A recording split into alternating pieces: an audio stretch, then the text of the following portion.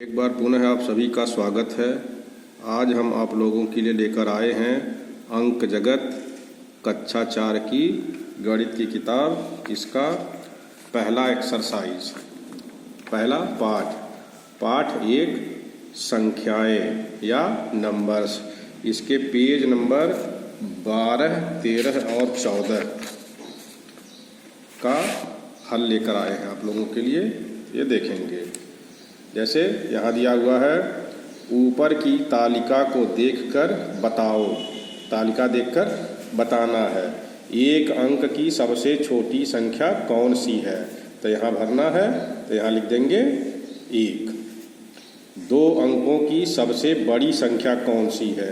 तो जितने भी अंक की बड़ी संख्या लिखना हो उतनी बार हम 9 लिख देते हैं। तो 2 अंक है तो 2 बार 9 लिख देंगे। 3 अंकों की सबसे बड़ी संख्या लिखो तो 3 बार 9 लिख देंगे, यानी 999। अब यहाँ प्रश्न है, यह है कितने अंकों की सबसे बड़ी संख्या है। तो इसको गिन लेंगे, 1 2 3 4 5 6। तो यहाँ लिख देंगे 6 अंकों की ये सबसे बड़ी संख्या है। फिर कितने अंकों की सबसे छोटी संख्या है। तो यहाँ अंक गिन लेंगे, 1 2 3 4 5। तो यहाँ लिख देंगे 5। ये 5 अंक की सबसे छोटी संख्या है। यह है पेज नंबर 12। इसके बाद आएंगे पेज नंबर 13 पर। इसमें है स्वयं करो। लिखा हुआ है संख्या, इकाई, दहाई, सैकड़ा, हजार, 10,000, लाख। 6,30,581 में 3 का स्थानीय मान।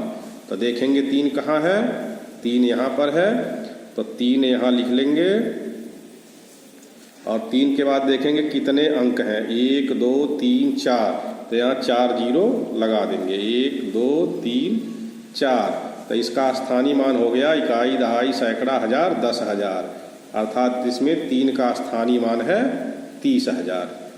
इसी तरह से इसमें 8 का स्थानीय मान निकालना है। 8 यहाँ है, पहले 8 लिख लेंगे, इसके बाद गिनेंगे इसके बाद कितने अंक हैं, 1 2 3 4 5।